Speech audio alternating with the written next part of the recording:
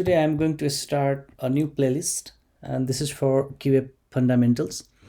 So many of my friends are asking about how to start this QA learning so that they can start the career in the QA fields.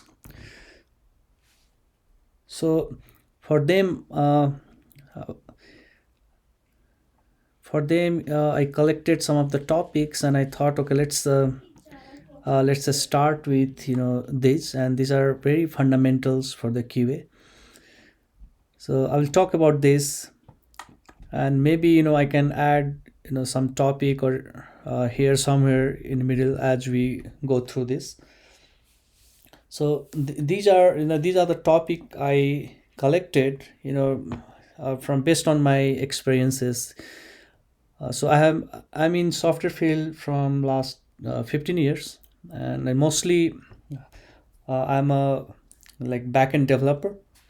But even though I see what the testers use for the testing the software, so I worked in a different companies, and based on my experiences I collected a few topics, so that from here I think if anybody's learned this thing, then they're good to start for the QA work.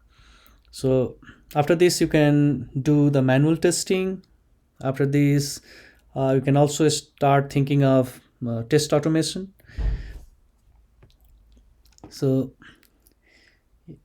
yeah, so let's see a little bit about this topic, and then I can start talking about each of these commands and different topics in a coming videos.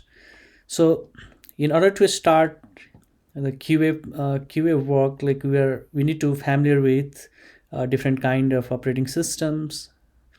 There are different commands that has to that has to learn, and then I know the QA use these commands on daily basis. I have also put the Microsoft Word, Excel. So I'm not going to talk very depth about this Word and Excel. You might know Word and Excel, but just I add few things over there. And if you want to deep dive into this, then again you can jump to the YouTube. You can find the courses about this. We can learn Google Drive.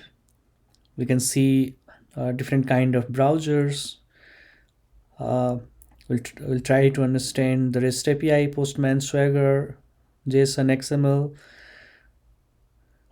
We'll also learn the database, some theoretical concepts. Then we can use one product, MySQL, and then we can try different commands, DDL, DML.